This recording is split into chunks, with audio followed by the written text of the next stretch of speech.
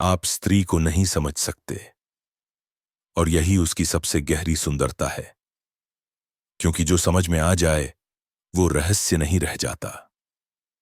अब सोचिए, एक ऐसा रहस्य जो सदियों से पुरुष को उलझा रहा है, जो कभी मां बनकर सिखाती है, कभी प्रेमिका बनकर बहकाती है और कभी पत्नी बनकर तोड़ भी देती है। उस स्त्री को आप समझने चले हैं। ओशो कहते हैं, स्त्री को समझने का मतलब है समंदर की लहरों को पकड़ने की कोशिश करना। जितनी कोशिश करोगे से कीखे उतनी ही गहराई में डूबते जाओगे। औरत कोई प्रश्न नहीं है, वो उत्तर भी नहीं है, वो मौन है जिसे सिर्फ अनुभव किया जा सकता है। अगर आप सच में स्त्री को जानना चाहते हैं तो एक बात जीवन भर याद रखिए, उसे बदलने की कोशिश मत कीजिए। आज की दुनिया में सबसे बड़ा पाखंड क्या है? यह कि पुरुष स्त्री से प्रेम करता है, लेकिन उस स्त्री से नहीं जो सामने है, बल्कि उससे जो उसकी कल्पना में है।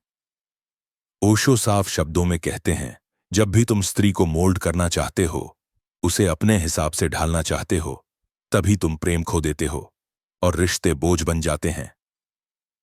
एक बात पूछिए खुद से, क्या आपने कभी स्त्री को देखा है बिना उसे बदले, बिना जज किए, जैसी वो है उस रूप में? क्योंकि ओशो कहते हैं, स्त्री फूल की तरह है। अगर तुम उसकी पंखुड़ियों को खोलने की जबरदस्ती करोगे तो वो मुरझा जाएगी, लेकिन अगर बस उसे प्रेम दो तो वो खुद ब खुद खिल उठेगी। अब थोड़ा और गहरा चलते हैं। ओशो कहते हैं, स्त्री तर्क नहीं, अनुभव है। वो दिमाग नहीं, दिल है। वो योजना नहीं, प्रवाह है।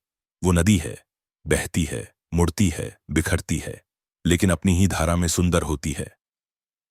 बहुत से पुरुष ये भूल जाते हैं कि स्त्री को जीतना नहीं होता, उसे समझने का अभिनय भी नहीं करना होता, उसे बस सम्मान और मौन प्रेम देना होता है। ओशो कहते हैं, तुम स्त्री से तभी प्रेम कर सकते हो जब तुम खुद को थोड़ा कम ईगो वाला बना दो। अब एक सवाल, क्या स्त्री परफेक्ट होती है?